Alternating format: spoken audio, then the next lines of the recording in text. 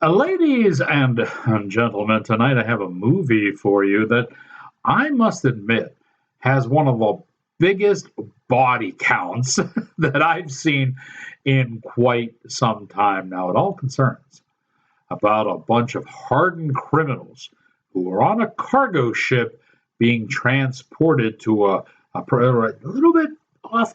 It sounds a little bit like Con Air right now, doesn't it? Except we're on a ship instead of a plane. Yeah, well, the prisoners decide to revolt and take over the ship. But before they can do that, they unleash a terror at sea that they never expected. Now it sounds a little bit like Deep Rising, doesn't it? And both Deep Rising and Con Air were Fist of Fury Award winners. So this one's on a pretty good track, and just to be safe, we're going to throw in a little bit of Universal Soldier. The body count in this movie is unbelievable. And people don't just die. No, they are decimated. Nobody just goes, and dies. Wow, the makeup guys went crazy on this. I know there's an awful lot of you out there who really, really enjoy this type of movie. It is amazing the ways they find to kill people. What am I talking about? I'm talking about this movie right here. This is Project Wolf Hunting. This was amazing to watch. It really was. And I'm going to let you add it to your home video collection for free. That's right. Here's a look at Project Wolf Hunting. 프롬치 알파는 인간 진화의 새로운 형태를 제시할 것으로 보인다. 촌스럽게 늦게 자네 뭐야.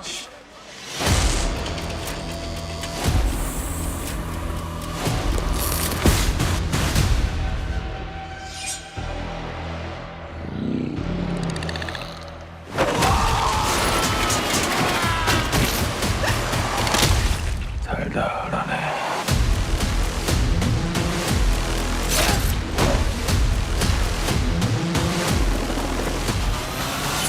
쏴.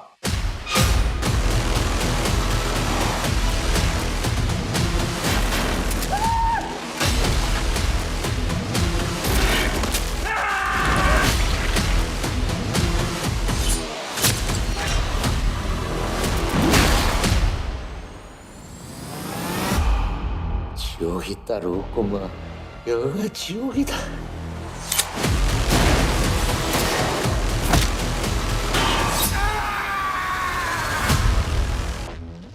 That doesn't even begin to give you a perspective of the carnage in this film. It is absolutely amazing. Pretty good action, too, as it all comes down. Project Wolf Hunting. Now, normally I would just have you drop me an email and then I'd mail it out to you. This is getting kind of a pricey to mail these things out. So we're going to do things a little bit different for this one. I'm going to ask you to swing by the old studio in the municipal building here at Bethel Park, and you can pick one of these up. Now, I've only got so many to give away, so once they're gone, they're gone. What I'm going to do is put the phone number here where you can call and talk to Dave and see if there's still any of these left, and you can swing on by.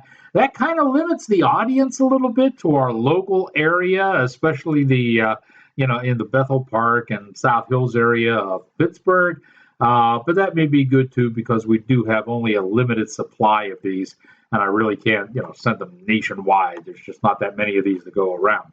So for those of you that live near our home base, this one is for you. You can swing by the studio and pick one of these up as long as supplies last. That's how easy it is to do this.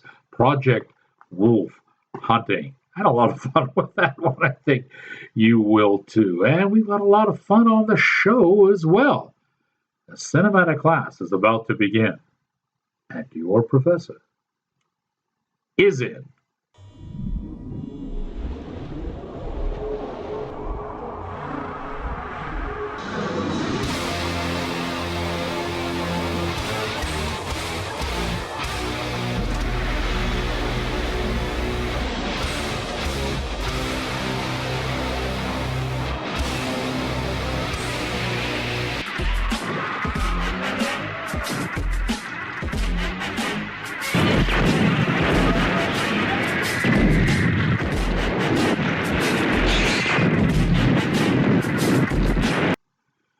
Greetings, salutations, another sundry affair.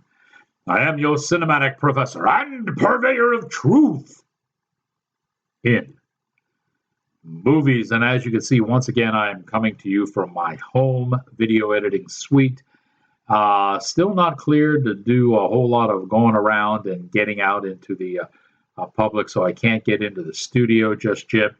Have, however, started rehab, and supposedly after a few weeks of that, I should be able to get up and about in normal fashion, and hopefully at that time I'll be back in the studio with Dave and all the guys, and we can get back to our normal format. But for now, let's move on because we've got a lot to do. You know, Saban Films has really released a lot of action films since Christmas. They're averaging about 2 or 3 a month. And now they're out with another action thriller. This one is called Out of Exile. And it concerns an ex-con named Gabriel. He is played by Adam Hampton. And he is pressed into one more job from his old gang. Isn't that always the template that starts these things off? Well, the job that he's pressed into doing goes terribly wrong. And it sets Agent Brett Solomon, who is played by Ryan Merriman, hot onto Gabe's trail. So caught between the proverbial rock and a hard place, Gabe tries to compensate for the botched crime and make it so that he can get a clean getaway with a little scratch in his pocket before this whole thing goes south on him. But his last caper is one where all the interested parties seem to have a unique interest of their own and are seeking a double cross. Also starring in this movie are Kyle Henry, Haley McFarland, and for those of you who are old-time wrestling fans, Jake the Snake Roberts. It's really not a bad thriller. It's not that it kicked down doors for either. Here is a look at Out of Exile. Mr. Russell, how would you say things have been for you since your return to society? It's good to have you back. One last job. It's got to be smooth. Wait for the armored car to arrive. When it does, jump the bell! The world is ours.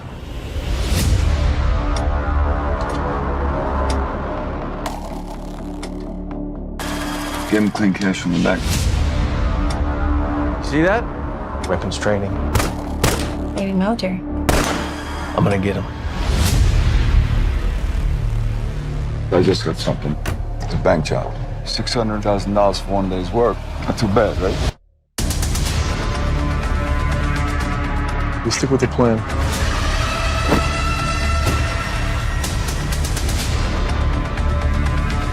This one we can't lose.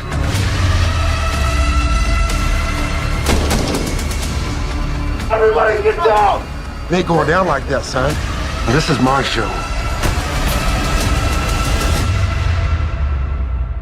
If you want in, you're in.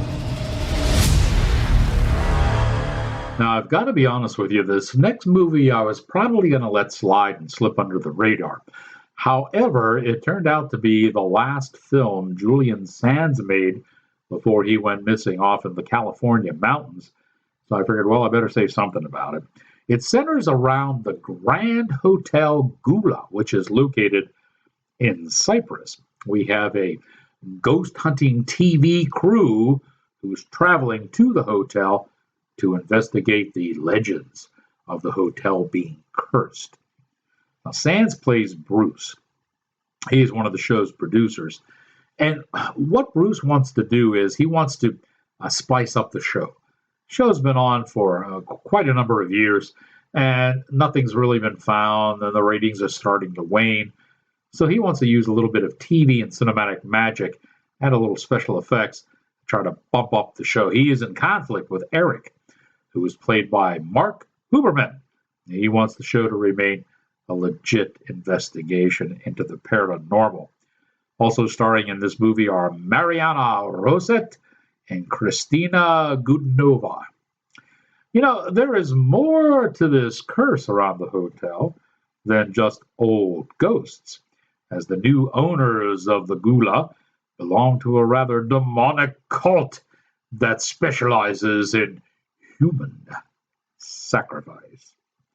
At this point, the movie becomes laden with a collection of horror story motifs, tropes, if you will, since that's the buzzword now, like knife-wielding twins, clowns, things that look like graboids, pardon me, and screaming banshees, none of which have any relevance to one another, nor the narrative. Here's a look. Good evening, and welcome to the first episode of Ghosts of the Old World. If the pilot works, we have ourselves a show. And tonight we're at the Grand Hotel Gula. No one has stayed in this hotel since that fateful Monday when 100 people died in this room.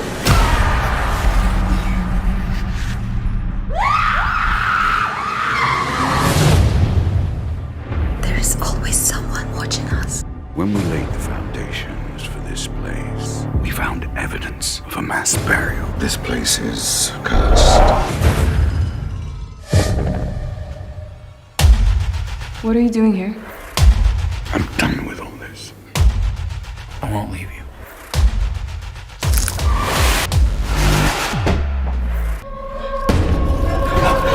When you have eliminated the impossible, whatever remains, however improbable, must be the truth.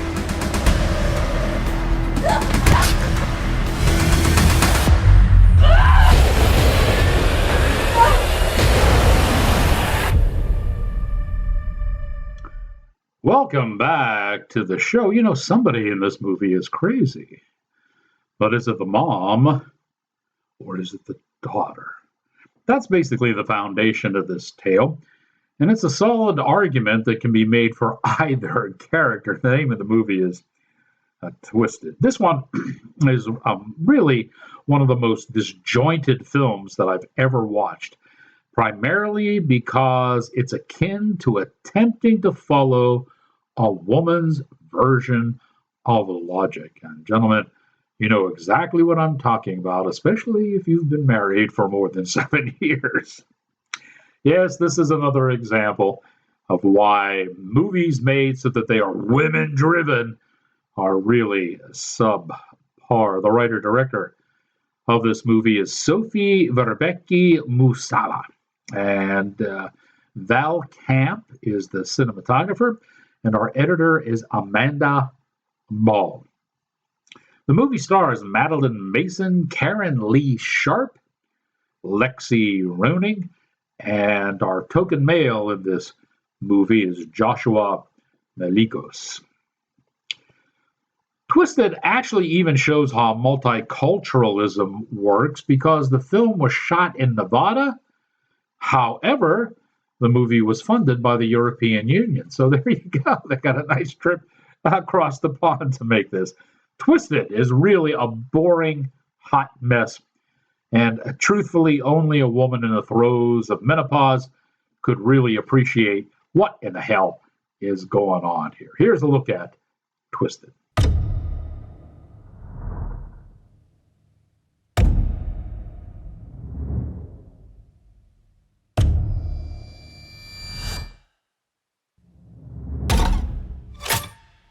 Teddy bear. Remember him?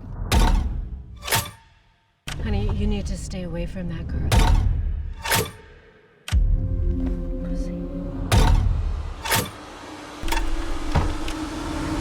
Thank you so much for picking me up. I'm glad you could come.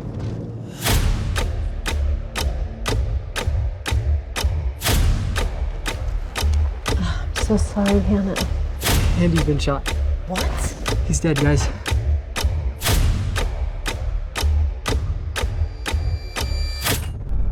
Mom, you're still up.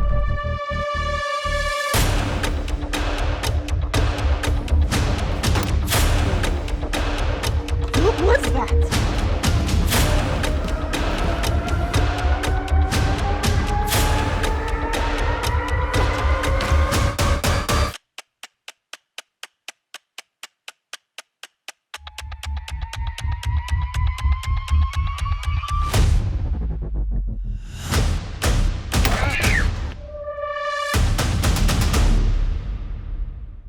Well, up until this point, I've talked about movies that are sketch, but it's really time to talk about some good movies, and this one I think you'll enjoy. I know I did. Theater players generally admit that there is seemingly a curse on Shakespeare's play Macbeth. Now, this topic was explored rather humorously a few years back in a movie called Ghostlight. I did a review on that. You may want to go back and on the channels and scope it out. And that same topic rears its ugly witching head once again in a movie called The Scottish Play. A bold troupe of actors, headed by Geraint Wyn Davies and Tina Bengo, sign on to play Macbeth in a Shakespearean festival. The play is under the direction of Adam, who is played by Peter Mark Kendall. Now, the curse seems to be all too real until the ghost of William Shakespeare shows up, and old Will has a problem. He doesn't like Macbeth. He wants to rewrite it, and he thinks by rewriting it, he will lift the curse on the play. Shakespeare in this is played by Will Brill. This movie is quite good, very humorous, clever plot twists, and the humor runs all through it. It's not in little sections here. It was written and directed by Keith Boynton. I really enjoyed watching this one. I think you will too. Here is a look at The Scottish Play. Welcome, everyone, to the first day of rehearsal. There's something I'd like to address before we get started. Let's just get it out of the way and move on. The curse. I have dug deep into the allegations of a curse on the play Macbeth, and I can say with great authority, there is no curse. Fire! Fire! Everybody out! What is happening? So what do you think? You think I was wrong to make light of the curse? Let the witches bring it on, my friend. Let them bring it on. Are you all right? I am well. What art thou? And how comest thou hither, man? My words. You speak my words. I met someone last night. That was fast. He was sitting on a bench in the moonlight, and he seemed like he acted like Shakespeare. Why so pale, my lady? Why so wild of eye? Faith, anyone would think you'd seen a ghost. Adam, it's him. I know it's crazy, but it's him. Okay, now you actually have me concerned. Is there a curse on Macbeth?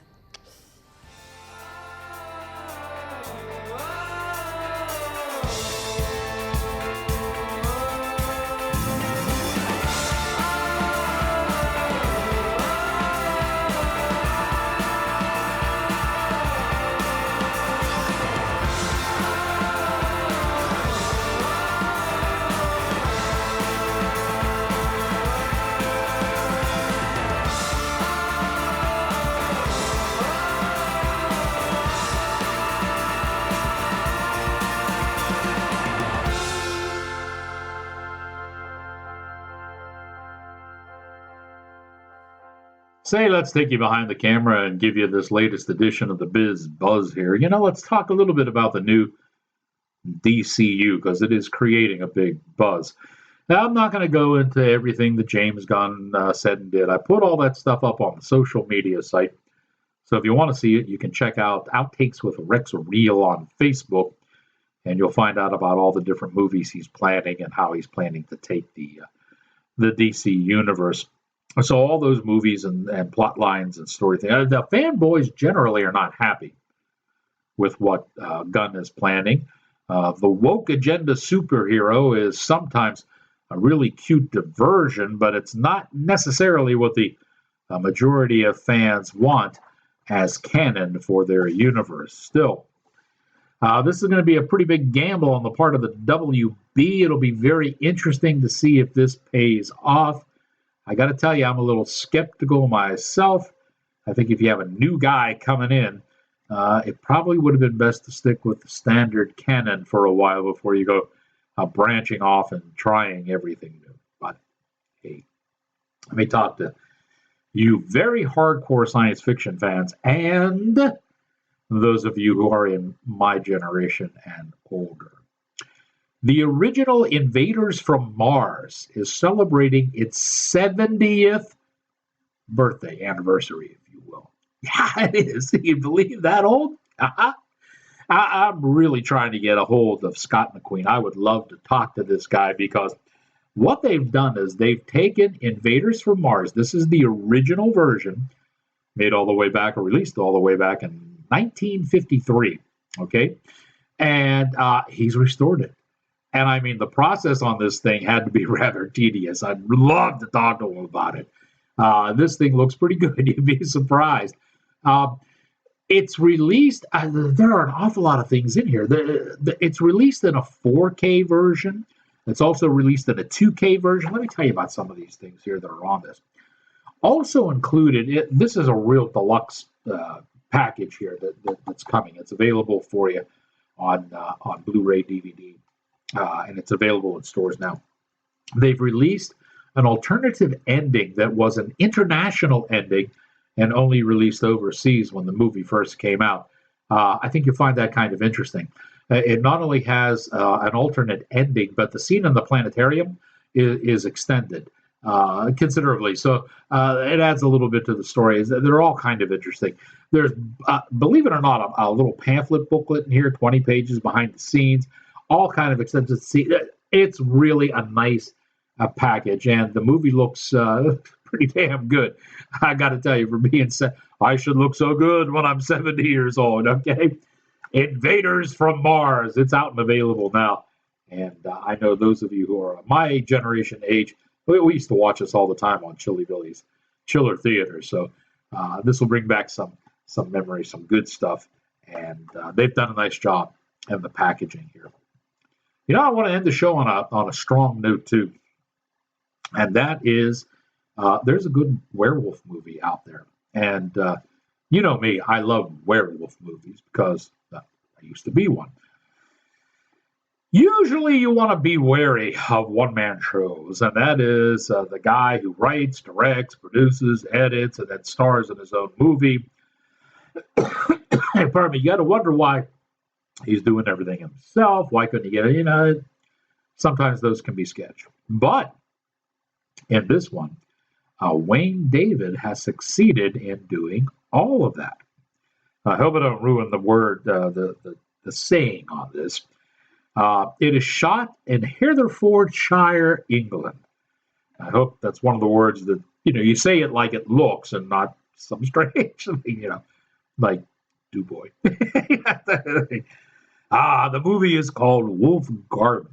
It utilizes time shift sequencing, and it borrows some nice themes from American Werewolf in London, except no humor. Okay, it's not played for laughs. Now, it's usually a common element in werewolf movies to highlight the trauma and trials that the werewolf goes through when he's human. He always feels bad. He doesn't want to kill people. This takes an entirely different approach and puts the angst on another character, and that unique approach is a lot of fun. We have a needy girlfriend, a locked shed, bowls of raw meat, ghostly visitors, and a friend in need, and they all combine in this rather engrossing tale. As I said, Wayne David, pardon me, is the writer, director, the producer, and he is the main star. And he stars along with Cian Altman and Grant Masters. The special effects are limited, which is kind of cool the way they do it, but they're good, and they're done by David Foxley. Now, this one doesn't release until the very end of the month, so you might have to wait a little while, depending on when you're watching this show, before you can actually watch it. February 28th is the release date. But once that date hits, and thereafter, I think you're going to want to watch this one. It's called Wolf Garden. Here's a look. They say alone time is good for the soul. But too much can lead you down a dark path.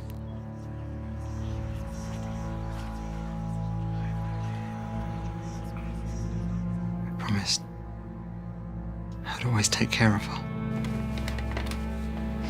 What's the matter with you? I don't know. Oh, these little moments of fate that bring us crashing down to where we are. You will always look after me, won't you, William?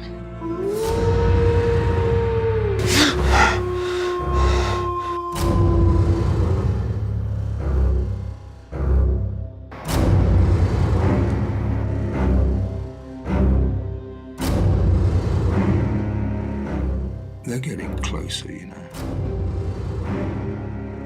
Please, you can't let it happen again. Whatever happens, we're gonna get through this together. Do you have any idea right now what's going on? No.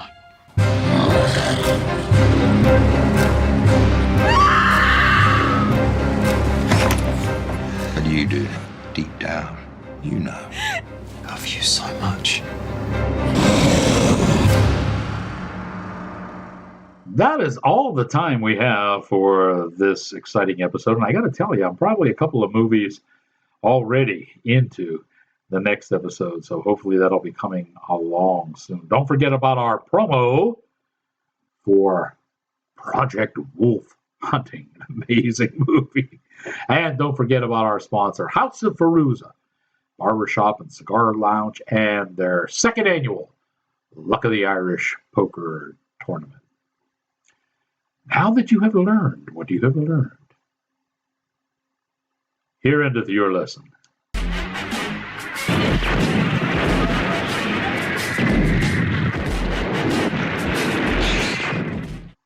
The last show I told you to clear your calendar because the Bourbon and Cigar Fest for St. Patrick's Day was coming to the House of Fairuza. Well, I have more details for you now.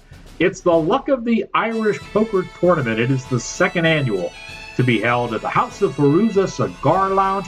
This will be held on March the 11th. Mark your calendars now. March 11th, starting at 5 p.m. You can only get in if you RSVP. So let me punch this number up here for you. It's 412-835-2860. That's 835-2860. And get down there to have yourself a grand old time celebrating St. Patty's Day with good food, good drink, good cigars, maybe some good luck if you're feeling lucky.